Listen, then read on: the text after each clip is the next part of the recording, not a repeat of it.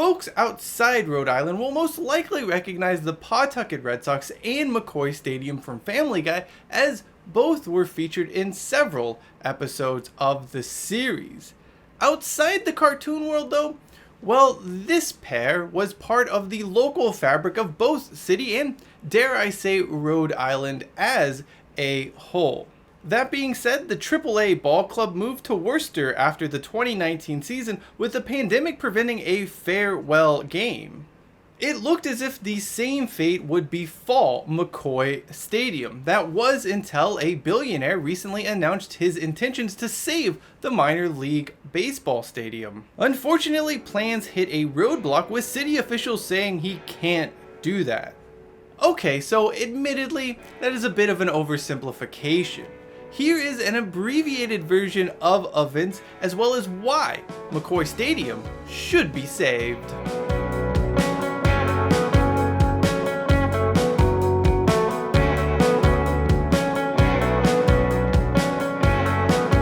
McCoy Stadium was never the nicest or the newest ballpark in America, but it does have a lot of history and is one of those baseball stadiums you look at a photo of and want to visit. Look at this. This is a venue that oozes baseball. Speaking of that history, McCoy Stadium is where the longest single game in professional baseball history took place, a 33-inning showdown featuring a young Wade Boggs and Cal Ripken Jr. The contest started on April 18, 1981, was suspended after 32 innings at 4:07 a.m. on April 19th, and finally concluded on June 23rd after the 33rd inning.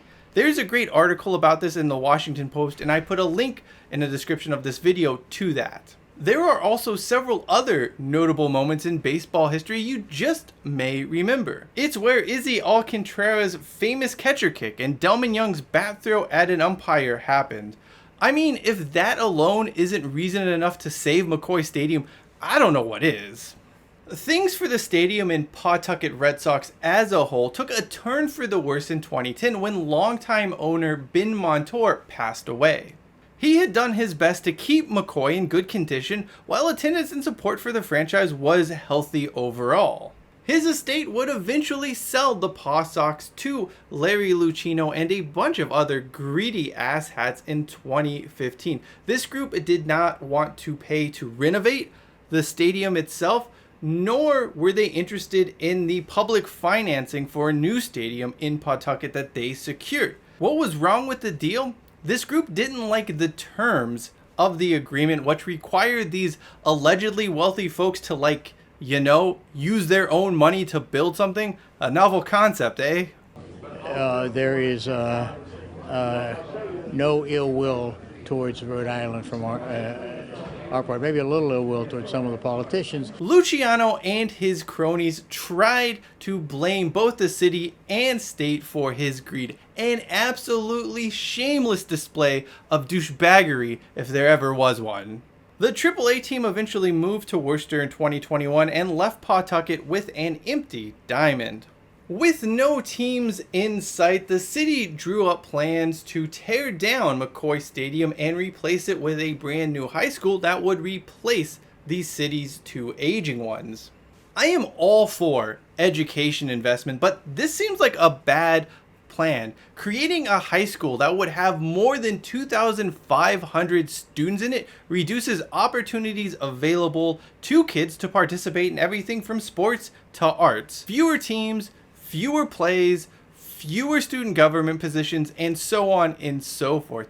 Just a thought.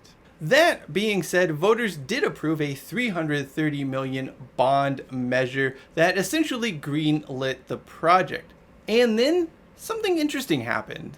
Billionaire Stefan Soloviev visited McCoy Stadium with some friends and his son, and it was during this visit he realized something. He realized the stadium, it was worth saving. One important thing to note here, Soloviev has ties to Rhode Island. He attended URI in the 1990s and even helped fund improvements to the Rams basketball training facilities. Look, this is someone who has a connection to the region, not some rando off the street looking to make a quick buck.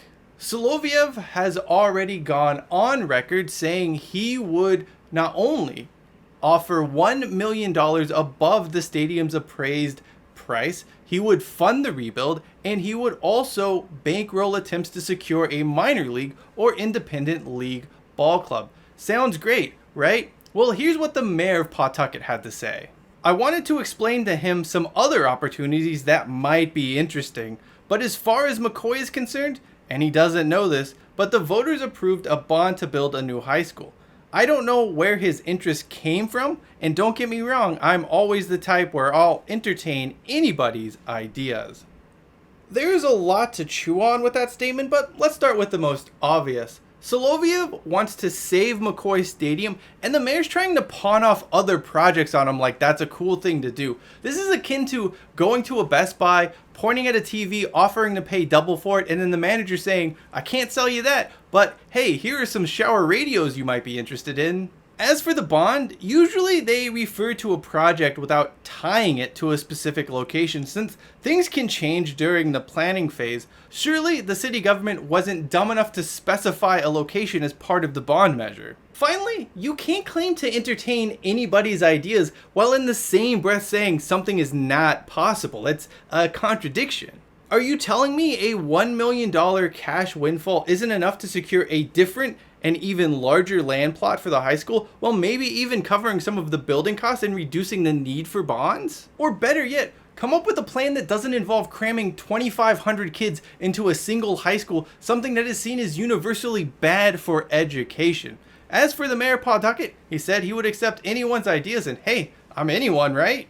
There is a question that does need to be asked. Why should anyone allow this billionaire to save a minor league baseball stadium? Well, two reasons really come to mind, and let's start with the pragmatic one first. The minute a stadium is torn down, the likelihood of a new one being built dramatically reduces. When Sacramento tore down Edmonds Field in the 1960s, it took 30 years for the city to get a new ballpark. And that is just one example. Countless towns from coast to coast opted to move on from their stadiums only to see sports never return again. The second reason, of course, is emotional. Places like McCoy Stadium are Americana. They take us back to a different time, not just from a sporting context, but also from a societal context. People love Wrigley Field and Fenway Park because it's something different. It offers a different experience that we can no longer find in America. Simply put, it just harkens back to a time that we'll be unable to ever return to. That doesn't mean stadiums can't be restored, updated, or improved. But tearing them down completely tears down our own connections to sports and societies from a bygone era, while robbing locals of their memories and the opportunity to make new memories in the future. Make no mistake though, this is not a plea for nostalgia. Not every stadium needs to be saved. Not every stadium is worth keeping. Blowing up the Kingdome in Seattle made sense. And as much as I loved Arco Arena, it wasn't needed and no one was willing to fund keeping it around. Importantly, that is not the case, or at least it doesn't seem to be the case with McCoy Stadium. A billionaire is ready to step in and save this minor league ballpark and the history that it contains. No one is asking for a handout or demanding to keep a ballpark around without having the means to support those efforts. The only thing standing in the way at the moment apparently is the Pawtucket city government, which is too lazy or too indifferent to come up with a new plans for the high school, whether it be a new site or renovations at the current high schools or what have you. Doing that though, well, it could save them some cash while improving the experience for students. At the end of the day, if Soloviev's offer isn't genuine, or he's expecting the city to pick up the tab or come up with some tax breaks somewhere down the line, then you gotta do what you gotta do. It's hard to justify saving McCoy Stadium without someone having a plan and the finances to back it up without needing the government's assistance here. However, if the offer to save the ballpark is real, it is 100% better than the alternative. Why discard history and the ability to make more history in the future for some structure teenagers are just going to end up hating anyway? Of course, we would have never gotten to this point if it wasn't for Larry Lucchino and greedy Paw Sox owners trying to extort funds from Rhode Island in the first place. What's the point of having money to buy a professional sports team in the first place if you aren't going to use it to make the franchise better? Hell if I know the answer to that. If you'd like to know more about efforts to save the ballpark or want to sign the petition to save McCoy Stadium, I've included those in the description of this video. One day, well, hopefully I'll get to attend a ball game at an improved McCoy Stadium. Until then, I'm Cheyenne Hollis. This is the Touchback. Hashtag Save McCoy Stadium and hashtag Take It Out to the 25.